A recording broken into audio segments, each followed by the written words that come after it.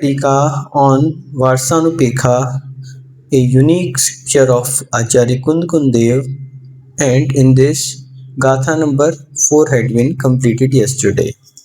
And in Gatha number 3 and 4, Acharya had told regarding the Adhruvanupeksha that nothing is everlasting, and in this context, Acharya in Gatha number 3 told that the whatsoever material things are there that are not everlasting, and thereafter they told whatsoever relatives are there, whether it is mother, father, or your son, daughter, even your all relatives, if these relations are also not everlasting.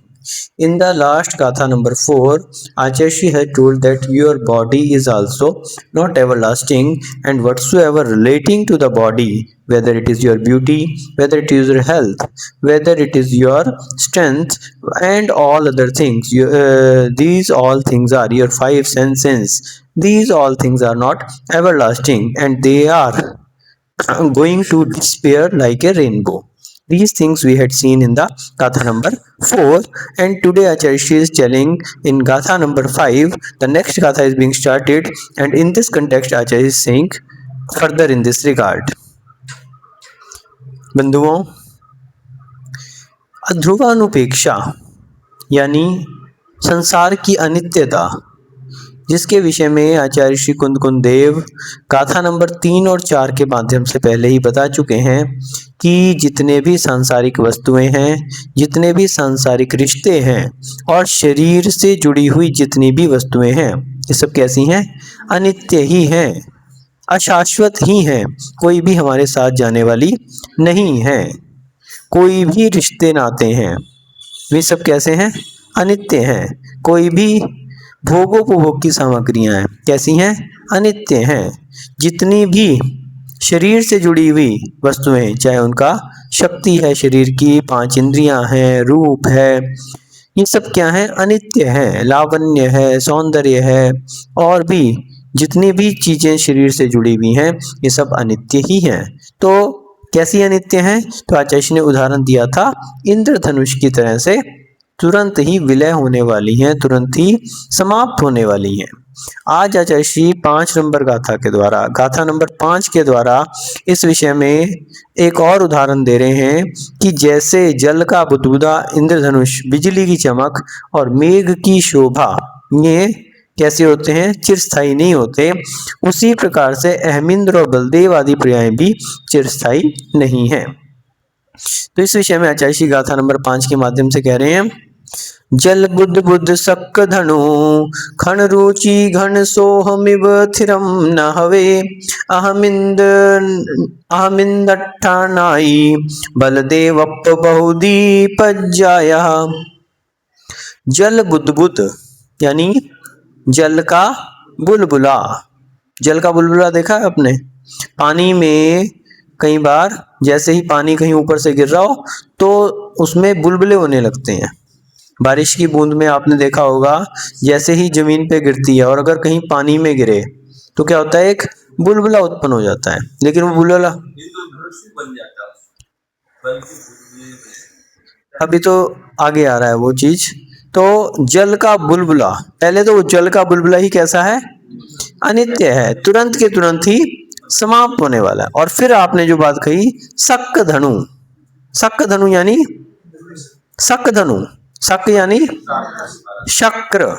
Indra का नाम क्या है? शक्र। तो उसका धनुष कौन सा? जो वो अपने पास में रखता होगा, जो अपने शत्रुओं से लड़ने के लिए रखता है, वो नहीं। यहाँ पर उस इंद्रधनुष को, जिसे हम लौकिक व्यवहार में इंद्रधनुष कहते हैं, क्यों कहते हैं? क्योंकि इंद्र जो है वो किसके? वर्षा के देवता माने जाते हैं। कहते हैं ना कि इंद्र प्रसन्न हो गए, जब बारिश होती है तो कहते हैं इंद्र प्रसन्न हो गए। तो क्यों कहते हैं? क्योंकि वर्षा के देवता इंद्र को कहते हैं, और वर्षा ऋतु में ही ये इंद्रधनुष बनता है। और धनुष कैसा रहता है? वो धनुष की मात्र आकृति रहती है, आकृति मात्र रहती है। तो इसलिए उसको इंद्र के वर्षा काल में होने के कारण और धनुष की आकृति होने से उसको क्या कहते हैं?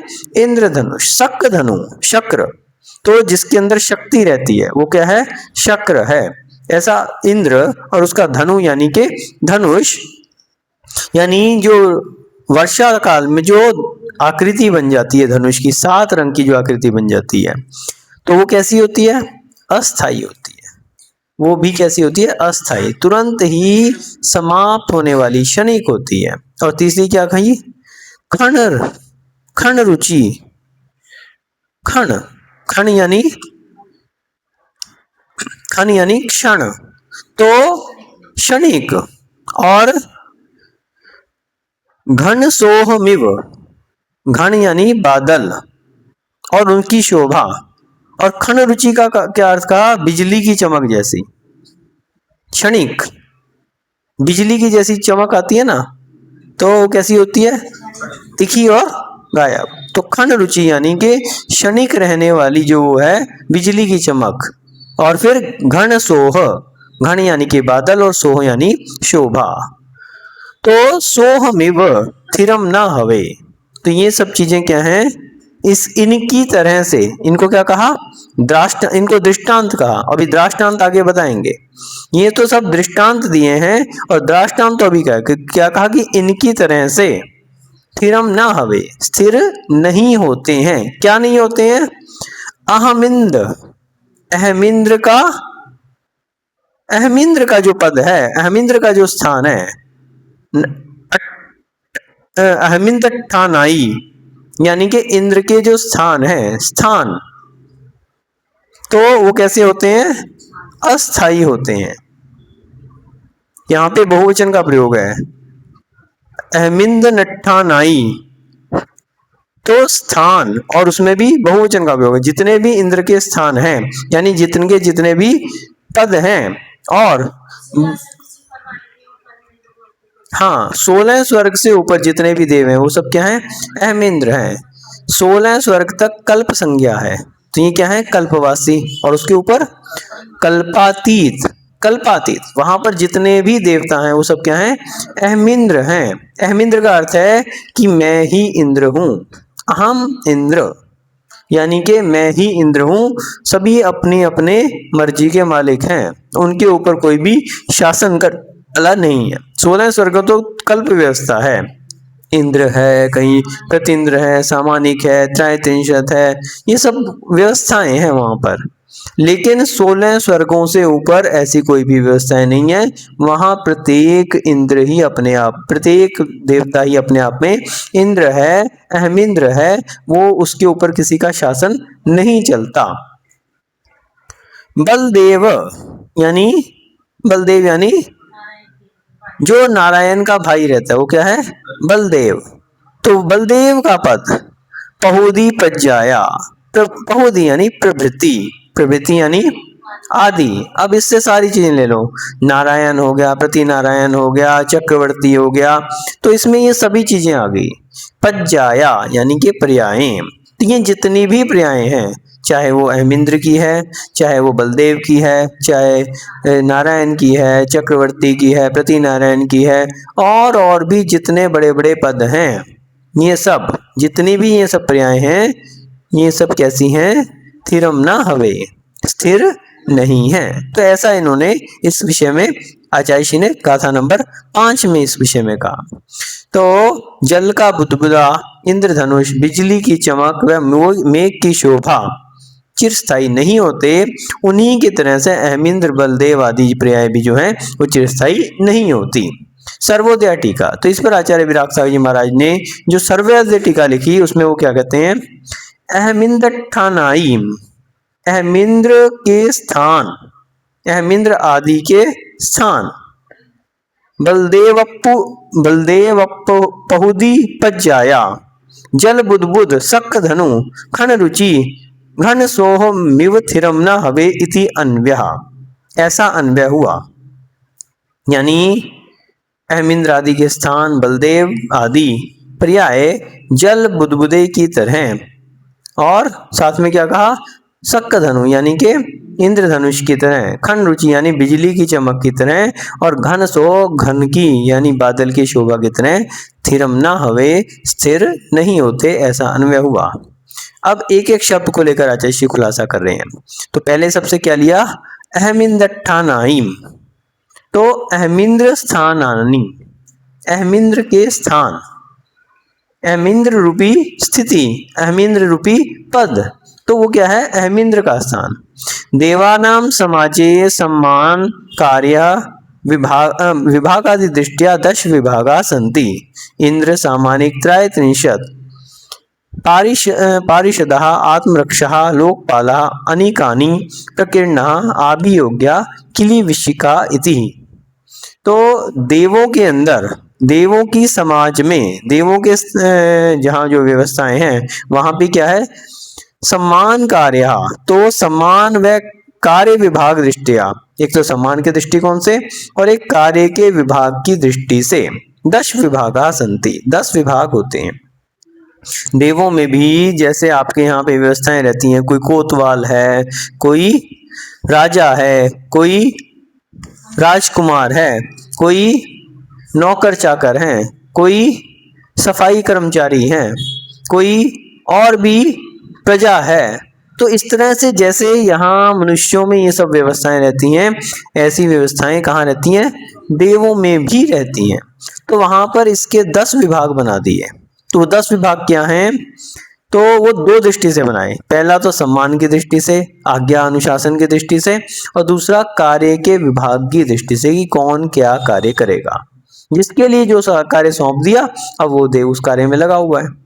तो वो कौन कौन से हैं, सबसे पहला इंद्रहा, यानी इंद्र जो कि राजा की तरह से जो रहता है। अभी आ रहा है इसमें आगे डिटेल, अभी खाली नाम बताएं, आगे इसका विभाग भी बता रहे हैं, अर्थ भी बता रहे हैं। तो उसमें इंद्र है, सामानिक है, त्रयत्रिंशत् है, पारिषद हैं, आत्मरक्ष हैं, लोकपाल हैं, अनीक हैं, प्रकीर्णक हैं, आभियोग हैं और किलिविशिक, ये सभी जो हैं ये 10 विभाग। अब इनके विषय में आचार्य जी और डिटेल में बता रहे हैं कि इनका क्या अर्थ हुआ। तत्र देवानाम अधिपति ऐश्वर्य आज्ञा प्रभुता दृष्टिया सर्व प्रमुखा इंद्र। अब इंद्र कौन है, देवों का अधिपति, देवों का राजा, और कैसा राजा, ऐश्वर्य आज्ञा प्रभुता दृष्टिया सर्व प्रमुखा इंद्र। तो ऐश्वर्य की दृष्टि से और आज्ञा की दृष्टि से, जिसका ऐश्वर्य सर्वाधिक होता है, देवों में जो इंद्र होता है उसका जो वैभव है, ऐश्वर्य है, वो कैसा होता है, सर्वाधिक, उससे अधिक किसी के पास भी ऐश्वर्य नहीं होता। और आज्ञा की प्रभुता से, जो सबको आज्ञा देता है, आदेश देता है, लेकिन वो किसी की आज्ञा आदेश मानने के लिए बाध्य नहीं है, उसके लिए किसी की आज्ञा नहीं चलेगी, लेकिन उसको सभी की आज्ञा माननी। जैसे अपने यहाँ क्या होता है, राजा होते हैं। अब जो राजा है, राजा का एक तो आज्ञा अनुशासन चलता है, सभी प्रजाजन हैं, चाहे मंत्री गण हैं, चाहे पुरोहित हैं, सभी उसकी आज्ञा पालन करते हैं, लेकिन वो किसी की आज्ञा से बंधा हुआ नहीं है। हमारे यहाँ पे देश में भी जब हम देखते हैं संविधान में, तो क्या है, व्यवस्थाएं हैं, कोई मंत्री है, कोई प्रधानमंत्री है, कोई राष्ट्रपति है, कोई सांसद है, कोई विधायक है और कोई सामान्य प्रजा है।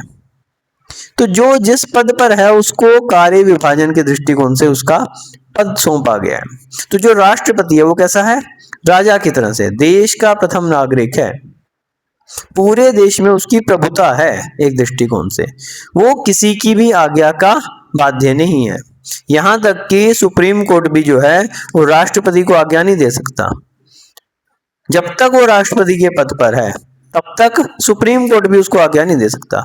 सुप्रीम कोर्ट का चीफ जस्टिस सुप्रीम कोर्ट, मुख्य न्यायाधीश, वो राष्ट्रपति को सलाह तो दे सकता है लेकिन आज्ञा नहीं दे सकता। जब आप ये पढ़ोगे आप इस विषय में, तो आप जब सुप्रीम कोर्ट के अधिकार देखोगे, सुप्रीम कोर्ट के मुख्य न्यायाधीश के अधिकार देखोगे, तो उसमें एक लाइन आती है कि वो राष्ट्रपति को भी सलाह दे सकता है। लेकिन क्या दे सकता है, सलाह दे सकता है, लेकिन राष्ट्रपति उसकी सलाह मानने या ना मानने के लिए बाध्य नहीं है।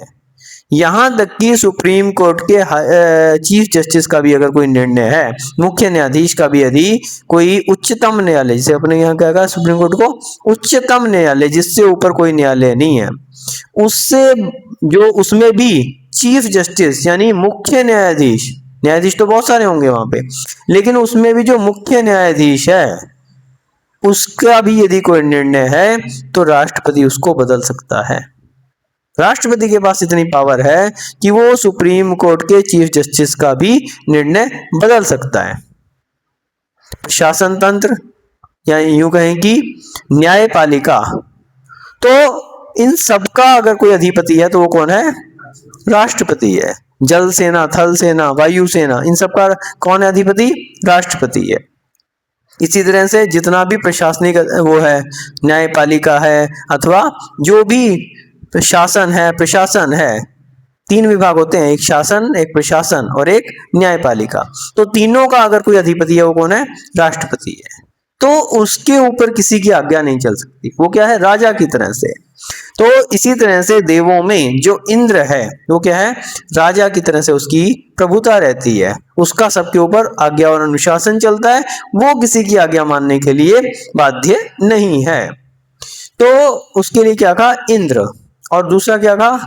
कलत्र समा यद्वा पितृगुरु पाध्याया समा सामानिका। कलत्र समा, कलत्र समा यानी के इंद्र के कलत्र के समान या पिता गुरु उपाध्याय के समान जो देव होते हैं उनके लिए क्या कहा? सामानिक। उनके लिए सामानिक कहा। जैसे अपन देखते हैं कि राजाओं के यहाँ भी क्या होते हैं? एक गुरु होते हैं। तो या यूं कहें कि जितने भी धर्म गुरु होते हैं उनके पीछे, उनके सामने राजा भी प्रणाम करता है। पुरोहित तो अलग बात होगी, लेकिन जो धर्म गुरु होते हैं, कोई दिगंबर संत हैं, तो राजा भी यदि आएगा तो क्या करेगा? उनको प्रणाम करता है। हमारे यहाँ शास्त्रों में बहुत बड़े बड़े उदाहरण है ऐसे कि किसी भी दिगंबर संत के राजन को दर्शन हो गए तो क्या हुआ? उसने पूरा उसके लिए नतमस्तक होकर प्रणाम किया। कहीं ऐसे उदाहरण मिलते हैं कि कहीं नगर में पता लगा, जानकारी मिली कि महाराज विराजमान है अथवा नगर के बाहर भी विराजमान है, तो राजा अपने पूरे अंतःपुर को साथ लेकर, अपनी पूरी प्रजा को साथ लेकर, दल बल के साथ पूरे जो है वहां पे उनके लिए पहुंचता है। उनके लिए चक्रवर्ती जो है वो स्वयं ही पहुंचते हैं, स्वयं भगवान के समोशरण में भी जाते हैं। और भी अगर कोई मुनिराज भी आ जाएं, और तो क्या, भरत चक्रवर्ती के लिए तो उल्लेख मिलता है कि जब तक वो किसी मुनिराज के लिए आहार ना करवा दे तब तक आहार नहीं करता, द्वारापेक्षण करता है। तो ऐसे जो देवों के यहाँ पे व्यवस्थाएं हैं, वहां पर जो ऐसे गुरु के समान होते हैं अथवा माता पिता, दूसरा राजा किसका सम्मान करता है? अपने माता पिता का। तो अपने माता पिता का भी सम्मान करता है राजा, भले उनका ऐश्वर्य अथवा आज्ञा वो तो राजा की अधिक है, लेकिन उसके बावजूद भी सम्मान के दृष्टिकोण से वो उनकी भी आज्ञा को पालन करता है, शिरोधार्य करता है। क्यों? क्योंकि उनके लिए उसके हृदय में सम्माननीय पद है। राजा के हृदय में भी क्या है? सम्माननीय पद है। तो उसी प्रकार से यहाँ पे भी हम देखते हैं कि राजा भी जब कोई निर्णय नहीं ले पाता तो वो कहाँ पहुंचता है? दिगंबर मुनिराजों के पास पहुंचता है। उनसे जो है जाके वो अपनी बात कहता है और उनसे उसका समाधान लेता है। क्यों? क्योंकि वो सम्माननीय पद है और उनकी जो तपस्या है, उनकी जो विशुद्धि है, उतनी राजा के पास भी नहीं है। वो 56 प्रकार के भोजन करने वाला राजा भी नीरस भोजन करने वाले दिगंबर मुनिराजों के पास समाधान लेने के लिए जाता है। तो ये जो सम्माननीय पद है, जब देवों में ऐसी व्यवस्था देखते हैं कि माता पिता अथवा गुरु के समान जगह कोई है, तो वो क्या है? सामानिक कहा। उनके क्या कहा? सामानिक। तो सामानिक देव जो होते हैं वो कैसे होते हैं?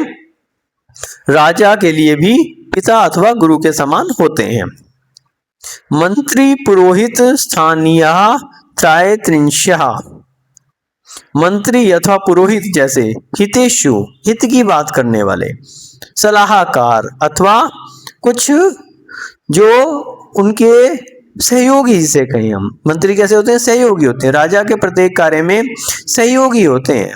तो वो क्या है? तीसरा जो यहाँ पे बताया, त्रयत्रिंशत्, तो उनको क्या कहते हैं? त्रयत्रिंशत्। अब इनको त्रयत्रिंशत् क्यों कहा? संस्कृत में त्रयत्रिंशत् का अर्थ होता है 32। 33।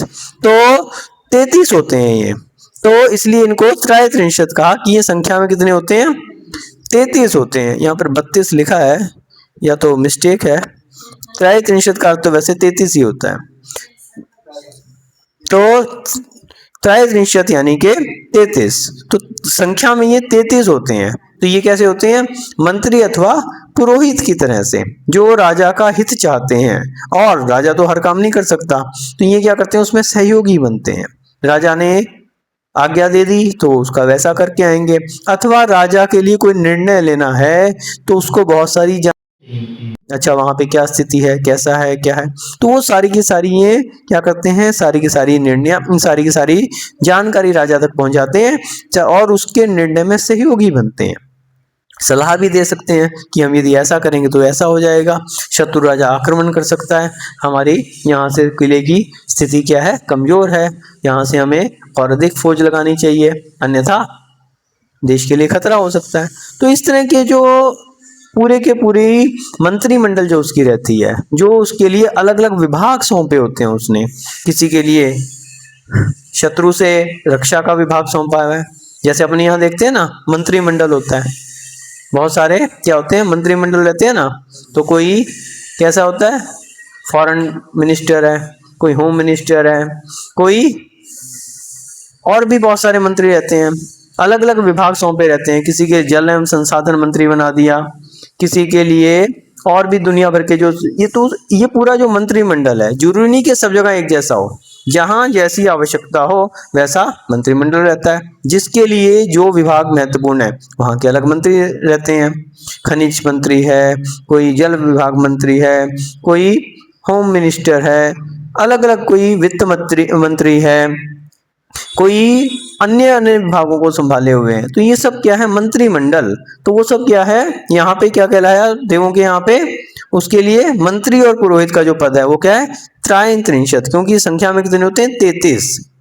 फिर आगे कहते हैं व्यस्य पीठ मर्द तुल्य पारिषदः, व्यस्य पीठ मर्द तुल्य। तो व्यस्य यानी के मित्र वर्ग, जैसे आपके दोस्त आदि रहते हैं, तो जो उसकी भूमिका निभाते हैं, अथवा विनोदशील जो होते हैं, विनोदशील उनको क्या कहा, नर्तक आदि जो होते हैं, जो मनोरंजन करते हैं, उनको क्या कहा, पारिषदः। पारिषदः, तो उनके लिए पारिषद संज्ञा आ गई। तो ये क्या है, इनका काम क्या है, मित्र की तरह से होते हैं, जो विनोदशील रहते हैं, जिनके लिए क्या है, थोड़ा व्यक्ति के लिए जो एक थकावट के समय एक सुकून दिलाने के लिए जो है काम आते हैं। जैसे कोई भी व्यक्ति है, कोई भी मिनिस्टर है, अथवा कोई भी राजा है, तो वो जो दिन भर की अपनी जो उसकी कार्यकारिणी है उसकी सुनने में, कहीं प्रजा की सुनने में, और भी दुनिया भर के जो उनके जिम्मेवारियां रहती हैं उनको निपटाने में जब थक जाता है तो क्या होता है, उसको कहीं मनोरंजन के लिए, कहीं नर्तकियां आदि रहती हैं, कहीं उसके लिए मनोरंजन के लिए भांड आदि रहते हैं, जो उसके लिए अलग अलग प्रकार के जो रूप आदि बना के उसका मनोरंजन करते हैं। तो ऐसे ही देवों में जो होते हैं उनको क्या कहते हैं, पारिषद। और फिर क्या कहा, शिरोरक्षोपमः अंगरक्षकः आत्मरक्षः। शिरोरक्षोपमः, तो जो क्या है, अंगरक्षक होते हैं, जो एक तरह से इंद्र की रक्षा में नियुक्त होते हैं। पहली बात तो ये ध्यान रखना चाहिए कि जो इंद्र है वो स्वयं में इतना शक्तिशाली होता है कि उसे किसी अंगरक्षक की आवश्यकता नहीं होती। जैसे आपके यहाँ प्राइम मिनिस्टर है, कोई भी मिनिस्टर है, तो इनको क्या दी, सिक्योरिटी दी जाती है, गनमैन साथ में रहते हैं उसके, और कहीं बहुत सारी उसके लिए व्यवस्थाएं रहती हैं, बुलेट प्रूफ कांच रहेगा, बुलेट प्रूफ गाड़ियां रहेंगी, जब कभी वो निकलेगा तो आगे पीछे और भी गाड़ियां चलती हैं उसके, तो वो सब क्या है, उनके अंगरक्षक। तो उसी तरह से वहां पे क्या कहा, आत्मरक्षा, उनको क्या कहा, आत्मरक्षक। किसके लिए, इंद्र के लिए। यद्यपि जो भी इंद्र होते हैं वो पहली बात तो उनकी जो आयु होती है वो निर्धारित होती है, शरीर उनका वैक्रिक होता है, तो उनके लिए ना तो कोई गोली असर कर सकती है, ना ही उनके लिए तलवार आदि से, क्योंकि वैक्रिक शरीर है। लेकिन ये क्या है, उसके लिए एक उसके सम्मान का प्रतीक है, उसके वैभव का प्रतीक है कि हाँ इतने लोग जो है उसकी सेना है, तो उसके साथ साथ चलती है। उनको कभी लड़ाई नहीं करनी पड़ती, ना ही किसी को उनको सिक्योरिटी के वो काम करने पड़ते हैं, लेकिन ये उनके वैभव का प्रतीक है। तो उनको क्या कहते हैं, अंगरक्षक अथवा आत्मरक्षक। आरक्षिका आरक्षिक तुल्या दंडाधिकारिणा लोकपाला। तो आगे क्या है, लोकपाल। तो लोकपाल कौन होते हैं, आरक्षिक तुल्या। आरक्षिक तुल्या यानी कि जो आरक्षिक अधिकारी की तरह, जैसे यहाँ पे आपके दंडाधिकारी रहते हैं, पुलिस रहती है, कोतवाल रहते हैं, तो जैसे यहाँ पे कोतवाल रहते हैं जो समाज के बीच में, जनता के बीच में क्या होते हैं, व्यवस्थाएं बनाते हैं। कोई भी किसी का लड़ाई झगड़ा हो गया तो उसको जो है कंट्रोल करते हैं।